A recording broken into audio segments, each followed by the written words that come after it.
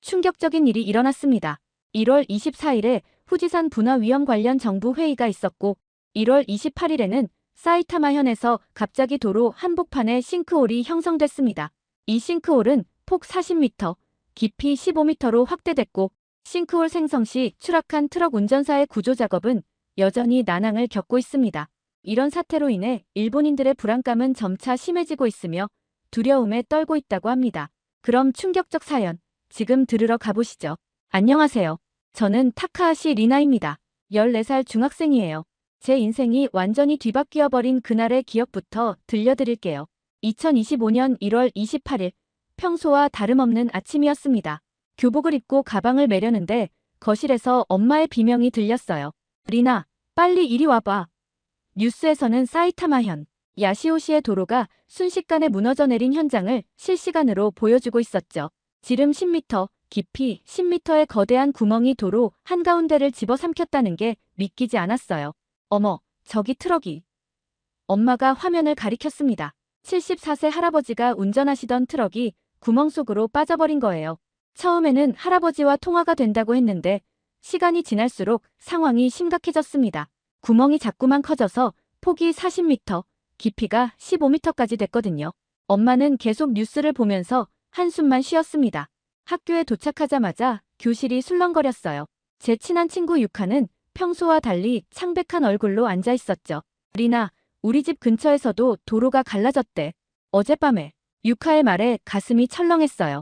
담임 선생님도 평소와 달리 조회 시간에 긴 이야기를 하셨습니다. 다들 등하교시에 도로 상태를 잘 살피고 이상한 점이 보이면 즉시 신고하도록 하세요.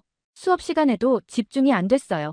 옆자리의 마코는 태블릿으로 계속 뉴스를 새로 고침했고 뒷자리의 케이스케는 자기네 아버지가 사이타마현에서 일하신다며 전화만 붙들고 있었죠. 선생님들도 말리지 않으셨어요. 다들 불안해하는 게 보였거든요. 하교길에 들른 편의점에서 충격적인 소식을 또 들었습니다. 일주일 전인 1월 16일에 후지산 분화 가능성에 대한 전문가 회의가 있었대요. 1707년의 호에이 분화처럼 큰 분화가 일어나면 도쿄에도 화산재가 3cm나 쌓일 수 있다는 거였어요.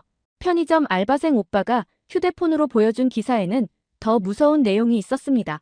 가나가와현은 화산재가 30cm까지 쌓일 수 있대요.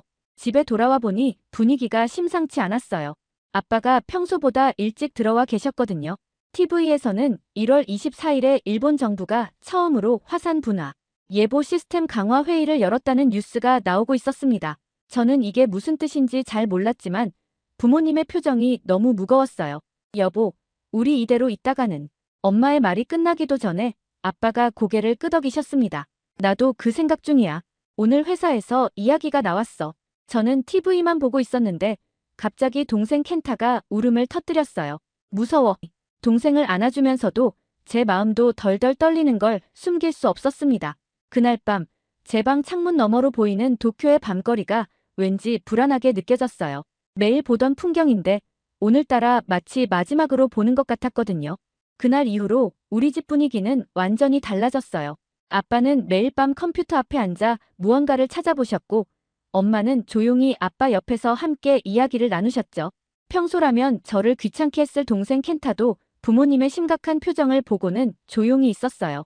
리나, 잠깐 나올래? 어느 날 저녁 아빠가 저를 서재로 부르셨어요. 컴퓨터 화면에는 한국의 관광지들이 펼쳐져 있었죠. 제주도의 푸른 바다, 서울의 화려한 밤거리, 경복궁의 웅장한 모습까지. 이번 주말에 한국에 가보는 게 어떨까? 3박 4일 정도로. 순간 머리가 멍해졌어요. 갑자기 왜요? 제 목소리가 떨렸습니다. 아빠는 잠시 침묵하시더니 조용히 말씀하셨어요. 회사에서 한국지사로 갈 기회가 생겼어. 아직 결정한 건 아니야.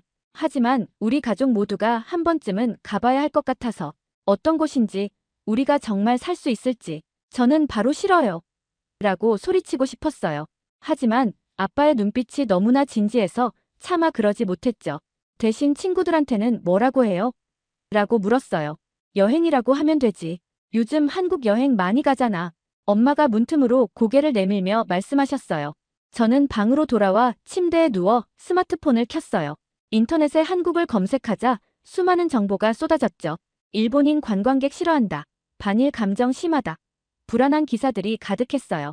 하지만 그 사이사이로 한국의 IT 기술, 세계가 주목하는 K-문화, 안전한 치안 같은 긍정적인 내용도 보였죠. 다음 날 아침, 교실에서 유카에게 이야기했어요. 저기, 이번 주말에 한국 간대. 순간 유카가 교과서를 떨어뜨렸어요. 뭐, 너 진짜 미쳤어? 한국이라고. 거기 완전 위험하잖아. 유카의 목소리가 교실 전체에 울려 퍼졌죠. 일본 사람 진짜 싫어하는 거 모르는 거야? 우리 사촌 언니가 한국 여행 갔다가 진짜 무서웠대. 길에서 일본어만 썼다고 엄청 째려보고 그랬다고. 그런데 그 순간 뒤에서 들려온 목소리. 우와, 리나 진짜 부럽다. 반장인 마코였어요. 나 요즘 한국 드라마에 완전 빠졌거든. 특히 남산타워 있는 데서 찍은 장면 있잖아. 거기 진짜 가보고 싶었는데. 순식간에 저를 둘러싼 친구들이 늘어났어요. 사유리는 자기가 쓰는 한국 화장품을 파우치에서 꺼내 보여주면서 리나, 이거 사올 수 있어? 여기선 비싸서 못 사겠어. 라고 부탁했고 평소 말이 없던 미유키까지 핸드폰을 보여주며 여기 카페 가봐. 디저트가 진짜 예술이래. 라고 흥분된 목소리로 말하는 거예요. 교실 뒤에서는 케이코가 리나 너무 좋겠다. 나 V앱으로 맨날 보는 아이돌 소속사 빌딩도 가보고 라며 부러워했어요. 심지어 옆반 친구들까지 쉬는 시간마다 찾아와서 진짜가 뭐 사올 거야? 인스타 스팟 알려줄까? 라며 난리가 났죠. 유카는 그런 반응들이 못마땅한지 입술을 깨물더니 쉬는 시간에 저를 화장실로 끌고 갔어요. 리나야, 너 정말 괜찮은 거야? 거기 가면 그냥 걱정되잖아. 베프인 유카의 진심 어린 걱정이 느껴졌지만 왠지 다른 친구들의 반응을 보니 제 마음도 조금씩 달라지고 있었어요. 하지만 저는 여전히 불안했어요. 인터넷에서 본 반일 감정이 자꾸 머릿속을 맴돌았거든요. 저녁에 엄마한테 그 이야기를 했더니 엄마가 웃으시면서 말씀하셨어요. 엄마도 예전에 그렇게 생각했었어. 근데 작년에 회사 연수로 한국 다녀온 히로미 이모 알지? 이모가 그러더라. 한국 사람들이 생각보다 훨씬 친절하고 일본 문화도 많이 좋아한대. 주말이 다가올수록 집안의 분위기는 들뜨기 시작했어요. 켄타는 태권도를 배우고 싶다고 했고 엄마는 한국어 인사말을 연습하셨죠. 아빠는 서울 지도를 프린트해서 여기저기 동그라미를 치고 계셨어요. 리나야, 이건 그냥 여행이야. 마음에 들지 않으면 우리 다시 생각해보면 되잖아. 짐을 싸면서 아빠가 말씀하셨어요. 그제서야 조금 마음이 편해졌죠. 그래, 일단 가보자. 어차피 3박 4일이잖아. 비행기가 인천국제공항에 착륙했을 때 제 심장은 터질 것처럼 뛰고 있었어요. 창문 밖으로 보이는 거대한 공항 건물이 마치 우주선 같았거든요. 우와, 이게 진짜 한국이구나. 입국장으로 들어서는 순간 제 편견은 산산조각 났어요. 로봇이 돌아다니면서 길 안내를 해주고 외국인 전용 자동 출입국 심사대는 마치 영화에서나 보던 것 같았죠. 도쿄 나리타 공항보다 더 현대적이었어요. 리나, 저기 봐봐. 켄타가 손가락으로 가리킨 곳에는 거대한 LED 스크린이 있었어요. 한국의 아이돌 그룹이 춤추는 영상이 흘러나오고 있었죠. 심지어 일본어 자막까지 있었어요. 여기 일본인들 많이 오나 봐. 짐을 찾으러 가는 동안 놀라운 광경을 계속 목격했어요. 한국어, 일본어, 영어, 중국어로 된 안내방송이 깔끔하게 나오고 안내 데스크의 직원들도 모두 여러 나라 말을 할 수 있더라고요. 제가 일본어로 화장실을 물어봤더니 한국 직원이 친절하게 일본어로 알려줬어요. 리나 씨, 여기 봐봐. 아빠가 스마트폰을 보여주셨어요. 우리 숙소까지 가는 공항철도가 있네. 30분이면 서울 시내야. 도쿄에서도 나리타 공항에서 시내까지 1시간 넘게 걸리는데 이건 정말 신기했어요. 공항철도를 타고 가면서 차창 밖을 봤어요. 도로 양옆으로 늘어선 아파트들이 보였는데 도쿄와는 또 다른 느낌이었죠. 와, 저기 봐.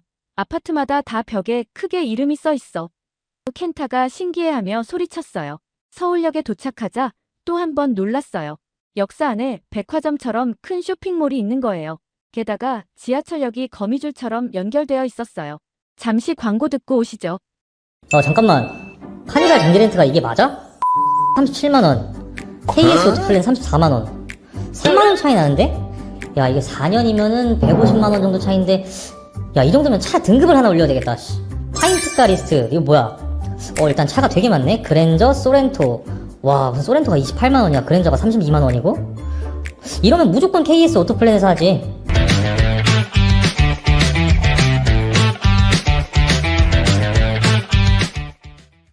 여보, 우리 호텔이 명동이라고 했죠?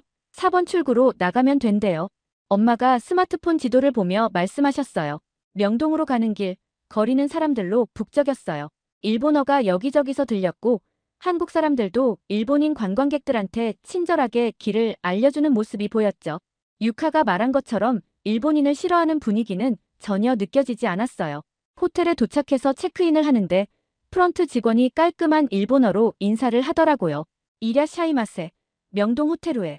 마치 도쿄의 호텔에 온 것 같은 착각이 들 정도였어요. 짐을 풀고 창문을 열었더니 화려한 네온 사인과 활기찬 거리가 한눈에 들어왔어요. 리나야, 저녁 먹으러 나갈까? 엄마의 말씀에 이번엔 왠지 모르게 설렜어요. 아까 오면서 본 식당들이 하나같이 맛있어 보였거든요. 엘리베이터를 타고 내려가면서 핸드폰을 꺼내 인스타그램을 켰어요. 드디어 한국이야. 라는 글과 함께 호텔방에서 찍은 사진을 올렸더니 금방 댓글이 달리기 시작했어요. 진짜 부럽다. 맛있는 거 많이 먹어. 대박. 나도 가고 싶어. 리나 완전 좋겠다. 심지어 유카도 야. 나한테 실시간으로 다 보내줘야 해. 라고 댓글을 달았어요. 아까까지만 해도 불안하고 걱정됐는데 이제는 뭔가 특별한 모험이 시작되는 것 같은 기분이 들었어요. 자, 이제 진짜 한국 여행의 시작이다. 아빠가 환하게 웃으시며 말씀하셨어요. 저도 모르게 고개를 끄덕였죠. 이제는 정말로 이 낯선 도시가 궁금해지기 시작했으니까요. 호텔을 나서자 저녁 공기가 상쾌하게 느껴졌어요. 거리는 온통 맛있는 냄새로 가득했고 사람들의 웃음소리와 활기찬 대화가 여기저기서 들렸죠. 명동거리의 화려한 간판들이 반짝반짝 빛나고 있었어요. 길거리 음식을 파는 포장마차에서는 떡볶이, 순대, 어묵 같은 처음 보는 음식들이 김을 모락모락 피우고 있었고 그 앞에는 긴 줄이 늘어서 있었죠. 와, 저기 붕어빵 같은 건데 모양이 물고기가 아니야. 켄타가 신기한 듯 가리키며 말했어요. 나중에 알고 보니 잉어빵이라고 하더라고요. 이것저것 궁금한 게 너무 많았지만 첫날이라 그런지 아직 머뭇거리고 있었어요. 엄마는 스마트폰으로 열심히 주변 맛집을 검색하고 계셨죠. 저기 가보자. 아빠가 손가락으로 가리킨 곳은 빨간 글씨로 된 간판이 눈에 띄는 식당이었어요. 고기 굽는 연기가 보이는 창문 너머로 사람들이 즐겁게 식사하는 모습이 보였죠. 문을 열자마자 직원 3명이 동시에 크고 활기찬 목소리로 인사를 했어요. 순간 깜짝 놀라 뒤로 물러설 뻔했죠. 일본인인 걸 눈치챘는지 한 직원이 천천히 또박또박 말씀해 주시더라고요. 어서 오세요. 처음 오셨죠? 자리로 안내해 드릴게요. 가게 안은 연기가 자욱했지만 활기가 넘쳤어요. 옆 테이블에서는 회사원처럼 보이는 사람들이 웃으며 건배를 하고 있었고 그 옆에는 가족들이 고기를 구워 먹으며 이야기꽃을 피우고 있었죠. 도쿄의 조용한 식당들과는 완전히 다른 분위기였어요. 테이블에 앉자마자 깜짝 놀랄 일이 벌어졌어요. 직원 2명이 번갈아가며 테이블에 반찬들을 가져다 놓기 시작하는 거예요. 첫 번째 직원이 김치와 콩나물, 시금치를 놓자마자 두 번째 직원이 계란말이와 무생채, 감자조림을 놓았어요. 그리고 또 다른 직원이 파김치에 깻잎 장아찌까지. 순식간에 테이블이 알록달록한 반찬들로 가득 찼죠. 저기요? 엄마가 당황한 목소리로 부르셨어요. 이거 다 주문한 건가요? 우리 아직 아무것도 시키지도 않았는데. 켄타는 어리둥절한 표정으로 반찬들을 하나하나 가리키며 이게 뭐야? 저건 또 뭐야? 하고 물었어요. 직원이 환하게 웃으며 대답했어요. 이건 모두 서비스예요. 원하시면 더 가져다 드릴 수도 있어요. 저희 가족 모두 놀란 표정이었죠. 도쿄에서는 상상도 할 수 없는 일이니까요. 더 신기한 건 그 다음이었어요. 고기를 주문하자 직원이 직접 와서 구워주는 거예요. 이렇게 구워드릴게요. 드실 준비되면 말씀해주세요. 켄타가 신기한 듯 눈을 반짝이며 구워지는 고기를 지켜봤어요. 우와, 이게 진짜 삼겹살이구나. 켄타가 첫 입을 먹자마자 소리를 질렀어요. 저도 한 점 집어 상추에 싸서 먹어봤는데 정말 맛있었어요. 특히 반찬들과 함께 먹으니 더 맛있더라고요. 식사를 마치고 계산을 하려는데 또 한 번 놀랐어요. 생각보다 가격이 너무 저렴한 거예요. 반찬이 무제한인데다 고기 양도 많았는데 말이죠. 아빠는 계산서를 보시더니 혼잣말처럼 중얼거리셨어요. 도쿄였다면 이 가격의 2배는 했을 텐데. 밖으로 나오는데 직원들이 또 밝게 인사를 해주셨어요.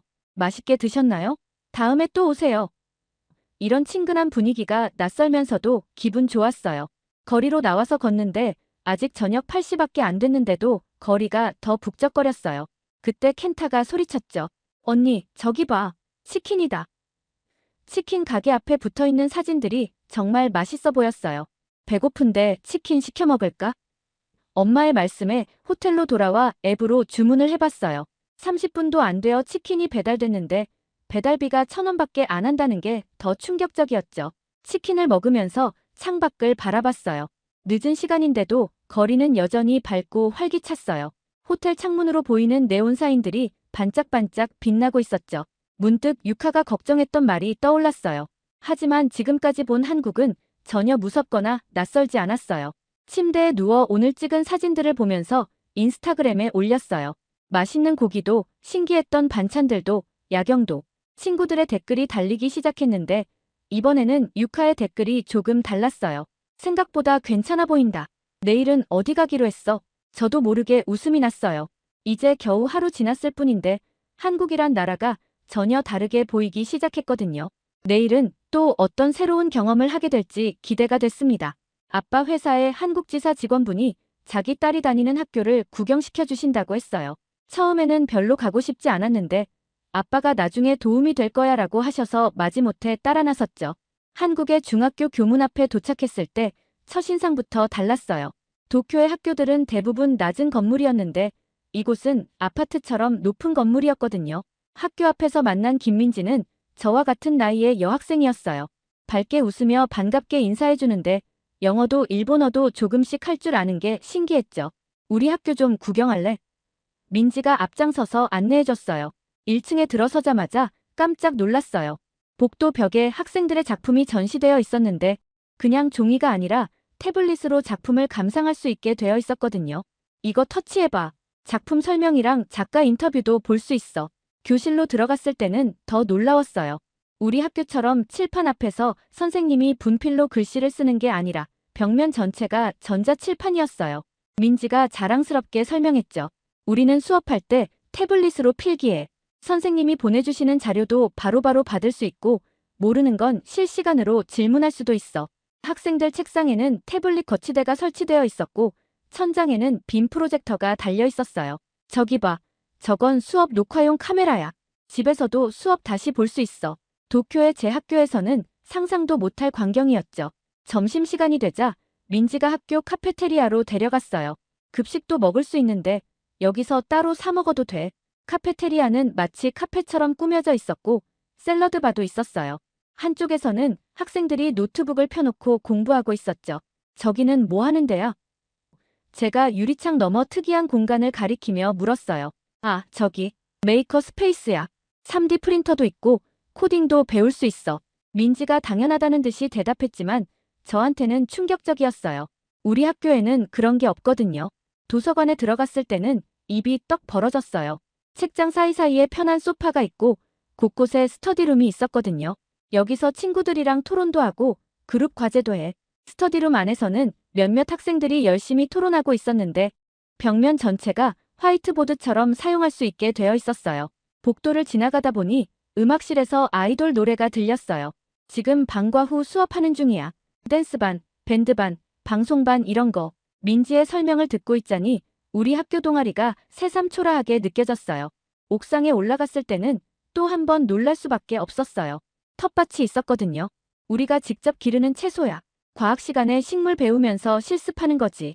민지가 자랑스럽게 상추를 가리켰어요. 옆에는 작은 온실도 있었죠.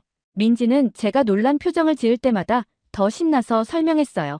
점심시간에는 여기서 먹기도 해. 날씨 좋을 때는 선생님들도 올라오셔.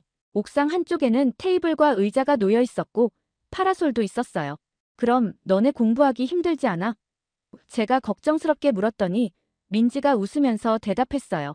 왜? 이런 게 있어서 공부가 더 재미있는데. 그리고 우리 성적 좋아. 하교 시간, 학교를 나오면서 고개를 돌아봤어요. 아까는 그저 높아 보이기만 했던 건물이 이제는 완전히 다르게 보였어요.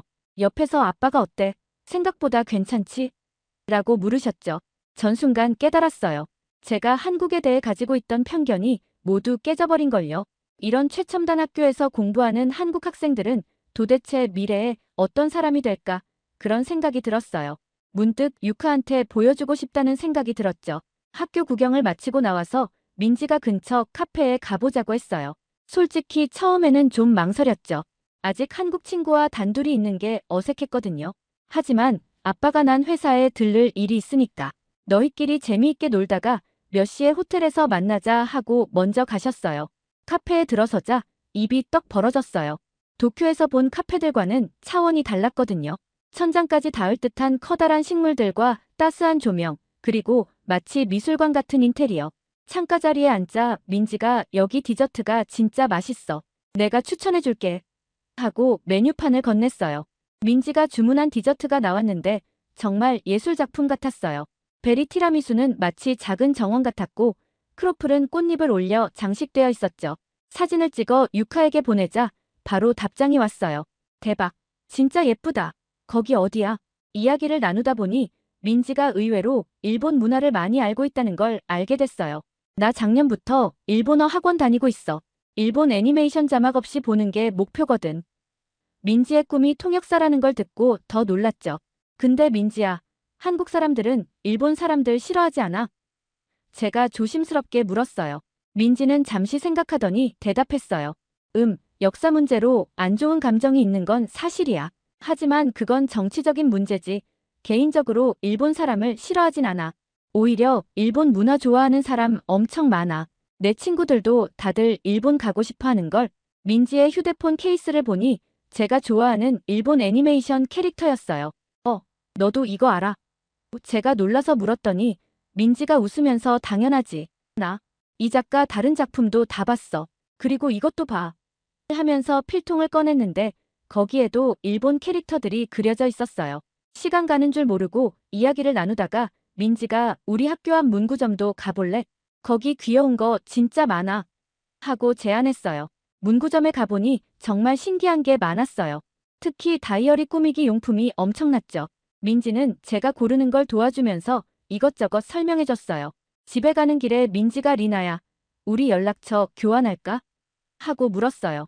망설임 없이 응. 하고 대답했죠. 휴대폰을 꺼내 서로 연락처를 저장하는데 민지가 귀여운 이모티콘을 보내줬어요.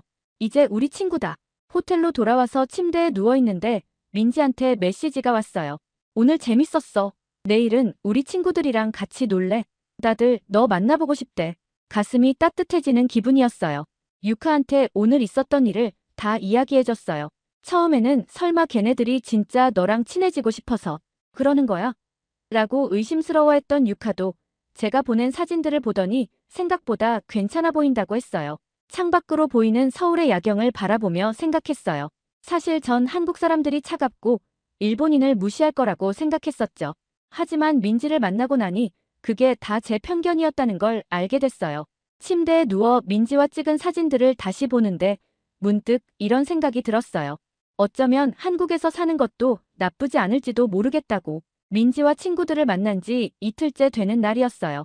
저녁에 호텔에 돌아와서 유카와 영상통화를 하게 됐죠. 원래는 그냥 사진만 보내려고 했는데 유카가 먼저 얼굴 좀 보여줘라고 했어요. 화면을 켜자마자 유카가 소리를 질렀어요. 리나, 너 완전 달라 보인다. 뭔가 표정이 밝아진 것 같아. 전 그제서야 제가 얼마나 신이 나 있었는지 깨달았어요. 있잖아, 유카야. 나 오늘 진짜 신기한 거 봤어. 제가 흥분된 목소리로 말하기 시작했어요. 오늘 민지네 친구들이랑 강남에 있는 큰 쇼핑몰에 갔던 이야기. 화장품 가게에서 직원이 피부 타입을 체크해주는 기계로 검사도 해주고 샘플도 잔뜩 줬던 이야기. 카페에서 본 신기한 디저트 이야기를 쏟아냈죠. 그리고 말이야. 여기는 지하철이 진짜 대박이야. 역마다 엘리베이터랑 에스컬레이터가 있는 건 기본이고 화장실도 엄청 깨끗해. 그리고 와이파이도 빵빵하다고. 유카가 의심스러운 표정으로 물었어요. 근데 거기 사람들은 진짜 친절해. 일본인이라고 하면 기분 나빠하지 않아? 그게 말이야. 나도 처음에는 그게 제일 걱정됐거든. 근데 여기 사람들 일본 문화에 관심 진짜 많더라. 내가 만난 애들은 다들 일본 드라마 보고 일본어도 배우고 있었어.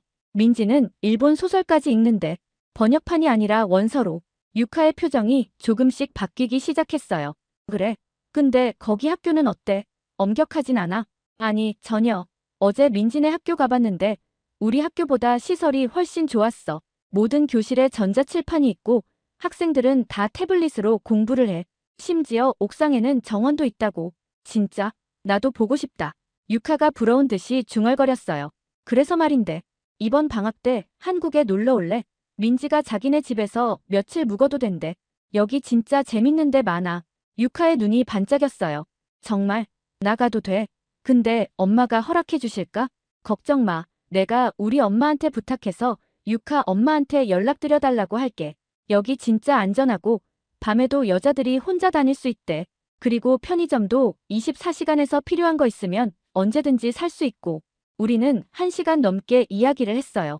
제가 찍은 사진들을 하나하나 보여주면서 설명했죠. 한강공원에서 치맥 먹은 이야기, 편의점 도시락이 신기하게 맛있었던 이야기, 길거리에서 산 떡볶이가 너무 매워서 웃긴 일까지. 통화가 끝나고 나서 유카가 메시지를 보냈어요. 리나야, 너 이렇게 신나하는 거 진짜 오랜만이야. 나도 꼭 한국 가보고 싶어졌어. 엄마한테 한번 이야기해볼게. 그리고 잠시 후에 또 메시지가 왔어요. 근데 있잖아, 너네 정말 한국으로 이사 가는 거야? 솔직히 이제는 나도 너 이해할 것 같아. 메시지를 보는데 눈물이 났어요. 처음에는 한국행을 결사반대하던 제 가장 친한 친구가 이제는 저를 이해해준다고 하니까요. 창밖으로 보이는 서울의 야경이 유난히 반짝여 보였어요. 침대에 누워 민지한테 메시지를 보냈어요. 민지야, 우리 다음에 유카도 와면 어디 가면 좋을까? 민지는 금방 답장을 보내왔어요. 오면 좋겠다. 내가 재미있는데 잔뜩 알려줄게. 한국 좋아하는 사람이 또 한 명 늘어나면 좋을 것 같아. 그래요. 전 이제 알겠어요.